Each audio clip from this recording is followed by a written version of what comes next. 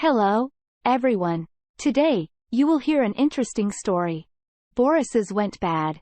Isella was scattered and forgetful. Bright instrument lighting annoyed him too much. Seems that you're not mood today, said the ship mechanic while passing by.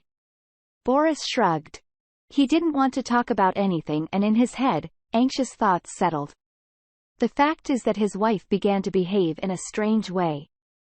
Usually, when Boris was in a voyage, he communicated with his wife using video, but that day, Lena had written, "Sorry, dear, but I'm busy now.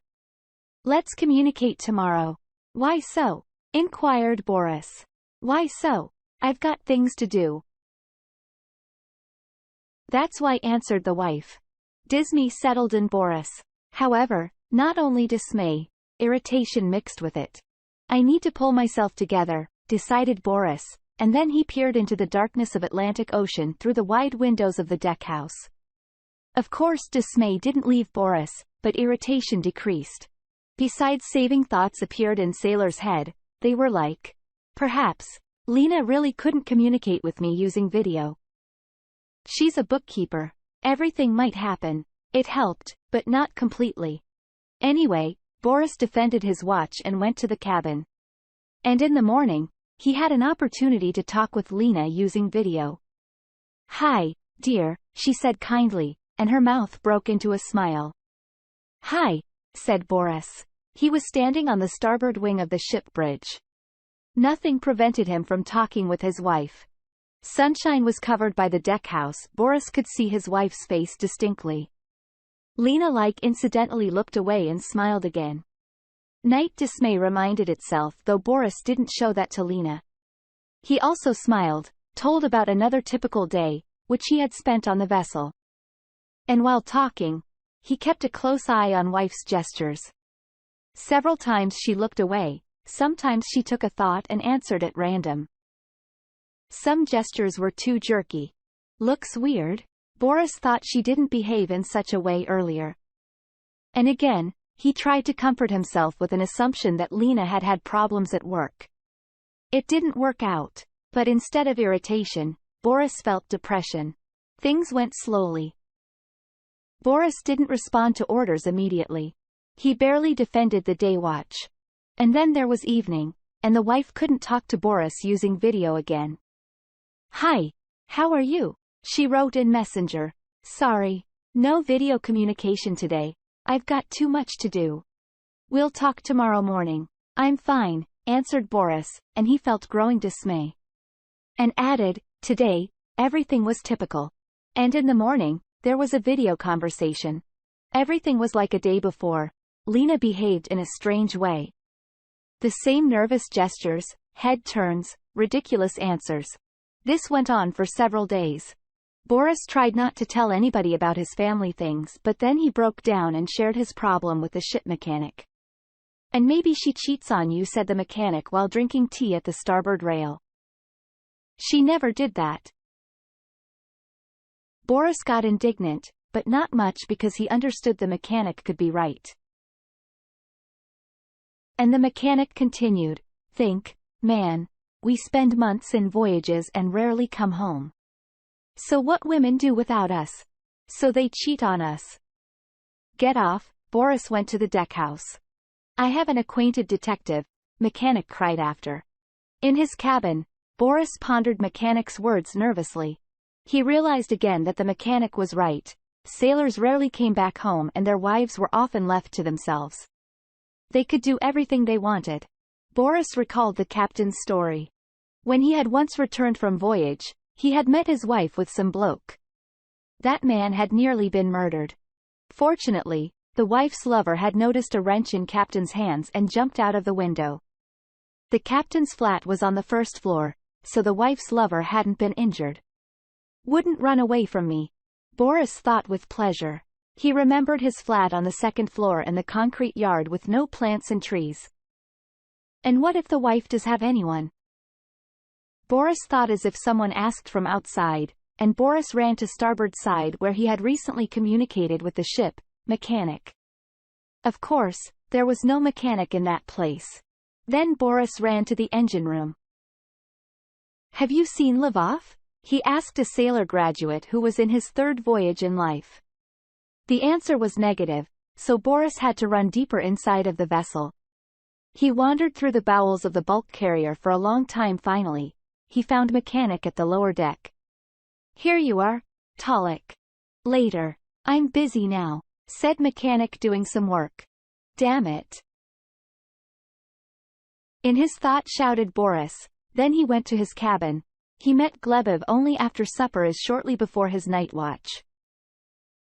Glebov started first. You were looking for me today, weren't you? I was. Recently, you told me that you knew a detective whom I could hire. Yes. I know one detective. And you have decided to hire him, haven't you? I have. Please give his contacts. Gleb gave, and Boris began his communication with the detective. Good evening, answered the detective. Yours to command. Boris mustered up the courage and wrote. I need to check if my wife has a lover. Typically, replied the detective, and informed about the money to pay in advance. Boris was surprised and wanted to reply. It's too much, but he decided not to do that. Instead of that, he just agreed with everything. Then detective gave payment details and declared after he had received money tomorrow, I'll get down to business. And detective did that. First of all, he inspected the yard where there was nothing except for the concrete.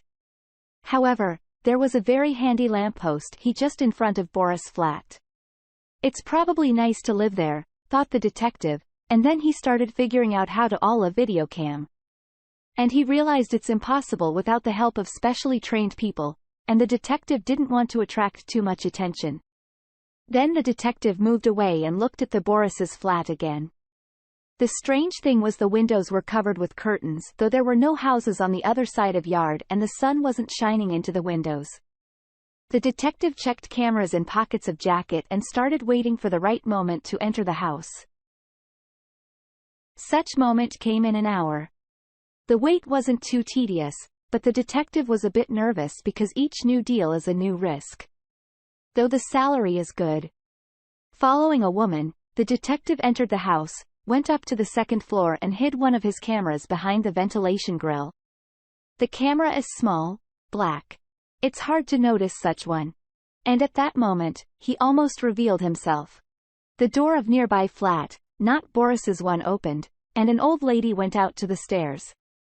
She stared at the detective, said hello, and asked, Are you a new boyfriend of that bitch? She nodded at the flat in front. Get out of here, or I'll call the police. Everyone hangs around here while her husband is at the sea. Then the detective showed his ID. The old lady looked at it carefully and said, Mikhail Zoryev, the detective. That's right. I'm just doing the Boris Valerianov's case. What has he done? Frightened the old lady. He has done nothing. He just expects his wife of cheating. That's that. One fact bastard in a tailcoat visits her almost every day. He parks his car under my balcony and is often angry when I hang up my wet clothes after washing. You see, he doesn't like when drops are falling on his car. Tell me about the car if you can. What is it? Michael, I don't know its model. The car is big, black, looks like a SUV. Don't you remember a number plate? No. That's the thing, I really don't remember. Then please note down my phone number and call me if you notice something suspicious. The old lady noted down the detective's phone number and promised I'll obviously help you. And what's your name? Asked Michael. Marina Lukianova. Goodbye, Marina. The old lady called Mikhail that evening. Detective Zoryev is listening. Good evening. It's Marina Lukianova, Boris Valerianov's neighbor. Hi, I'm glad to hear you, rejoiced Mikhail. Well, he's just arrived, Alina's lover. Just like earlier, he has parked his car under my balcony. Bitch. When did he arrive? Just recently. He's near his car, and Lena is with him. Fine. I'll call you later. He hung up and opened an application using which he could control the vidicam. Now he had to wait. Finally, the couple appeared. Lena and her lover. The lover was really a tall fat man in a black tailcoat. He led Lena to the door, and then they started kissing. No, not like friends. They kissed in lips. Busted assholes. Pretty thought, Mikhail. He was just sitting in the park in a few blocks from Boris's home. And he decided to hurry up to that yard while walking Mikhail still, following the camera. But it showed nothing interesting. After the kiss, the couple entered Boris's flat. In the yard, Mikhail noticed the car of Lena's lover. It was a black crossover Toyota with rogue number plates. Mikhail took a picture of the license plates on his smartphone and walked away from the house. The windows in Boris's flat were still curtained, but the light was on, and Mikhail noticed two silhouettes. According to their movements, they were going to spend a passionate night. Then they kissed and went into bed, and not to sleep, of course. Then Mikhail entered the house. The door had been opened by Marina Lukyanova, and leaned his ear to the door of the Boris flat. He heard groans and screams. It seemed that Lena and her lover satisfied each other in the most natural way in the world. That's it. Mikhail mentally smiled and asked his colleagues to find out full dossier per person who has a crossover with such number plates. The number plates, Mikhail, sent by messenger. The reply came in 10 minutes. It appeared that Lena's lover was Nikolai Dolbinov, a small businessman. Mikhail also received the home address, the address of the chief office of the Dominovs company. Thanks, wrote Mikhail, and sent his colleagues some money as a reward. Then he gave some money to Marina. I ask you only one thing not to tell anyone? Guess the old lady. I wasn't going to tell anyone except for Boris. Yes. Miss Lukyanova, now it's better to keep silence. Don't worry about that. Do you want to have tea with pies? I've got no time, miss. Also, Lena's lover can leave any moment, and we might meet each other. As you see, that'll make me troubles. He won't leave till morning. Mikhail pondered and decided, all right. Thank you. I will. Just don't talk about it either. I have no choice anyway. In Marina's flat, Mikhail contacted with Boris using video. While Mikhail was conducting his investigation, Boris couldn't find his place. He felt nothing except for desperate anxiety. He did his work anyhow, ate and drank through force, had a bad sleep. And he was surprised that Mikhail had finished so quickly. Good evening, said Mikhail using video communication. Are you ready to talk? Of course, I'm ready. Good evening. Well, unfortunately, you were right. Your wife does have a lover. Bitch. Boris punted the deckhouse with all his might. I'm sorry.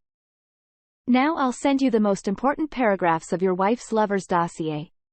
His name is Nikolai Dolbinov. He's a small businessman. Thank you very much. Now I'll pay for your work the whole amount of money. Boris paid for detective's work, studied the Dolbinov dossier and started to live with an expectation, the expectation of revenge. The way home would take 2 months, and during this time much could happen. It appeared that there was nobody to take a revenge. On returning home, Boris saw some news. They said that Nikolai Dolbinov was taken by a police due to a fraud, and he would spend next few years in prison. Well, I'll meet you when you're free, thought Boris. Looking ahead, it's time to mention that in 3 months Dolbinov would commit a suicide, and again, Boris will have nobody to take a revenge. Boris didn't meet his wife at home. Marina Lukyanova said that this bitch had met someone else. The wife's new lover turned out to be an electrician, but he also abused alcohol. I wish her to go to hell, said Boris indifferently, although inside he was all tense. That bitch knows how to find her own adventures. He thought. He had already calmed down. He had nothing left for this woman. He no longer cared about her. Lena returned home in the evening. She was drunk and trash, and the sailor said we'll soon divorce. Very well, barely standing on her feet, said the wife. Overnight in other place. It turned out quite abruptly, but Boris even rejoiced at such a tone. It took 2 months for them to divorce. All this time, Lena was drunk, but Boris had no care to that. He knew very well that in life, there is always a reckoning.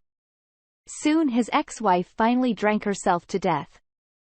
And in a few days after Lena's death, her new lover was hit by a road train. He also died. Boris decided to completely change his place of residence and place of work. He chose Istanbul as his new city. He began to work at a tug. A few more years passed. Boris married a beautiful woman, and they had a wonderful son. In the service, he had already risen to the rank of captain, and all was well with him. Dear listeners, your support is very important to us. If you like our story, please like, comment and subscribe. It's very motivating for us.